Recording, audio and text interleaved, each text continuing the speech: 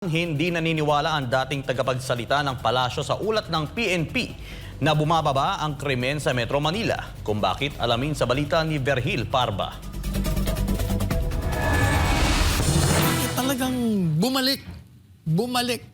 They are back with the vengeance. Ito ang mariing sinabi ni Attorney Salvador Panelo sa estado ng kriminalidad sa bansa kahit pa nagpalabas ng ulat ang Philippine National Police o PNP na bumaba umano ng 21% ang crime rate sa Metro Manila mula 1 ng Enero hanggang 15 ng Pebrero ngayong taon. Para kay Panelo, hindi totoo ang mga inilalabas na figures ng PNP dahil sa mga nangyayaring krimen ngayon. Yan ang sinasabi natin ngayon, sinabi ko kanina.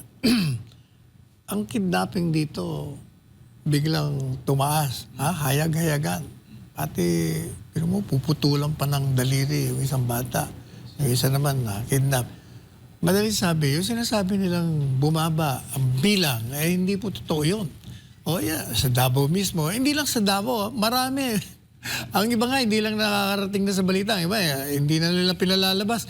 Ang tinutukoy ni Panelo ay ang isang estudyanteng Chino mula sa International School ng Taguig City na dinukot at pinutulan ng daliri at pinatay pa ang driver nito ng mga kidnapper na humihingi ng 20 milyong piso na ransom na kalaunan ay inabandona sa kabaan ng Macapagal Avenue sa Parañaque City. Samantala, sa usapin naman ng nangyaring panloloob sa isang pawn shop sa Davao City, kung ito anya ay stage play o drama lamang para sirain ang imahe ng mga Duterte at Davao City, ay kabaliktaran anya ang magiging epekto nito sa mata ng publiko.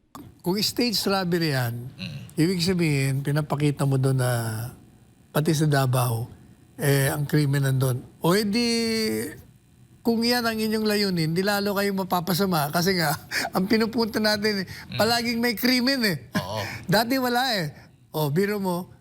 O di ibig sabihin, kung stage man yan, mali na naman ang ginawa ninyo.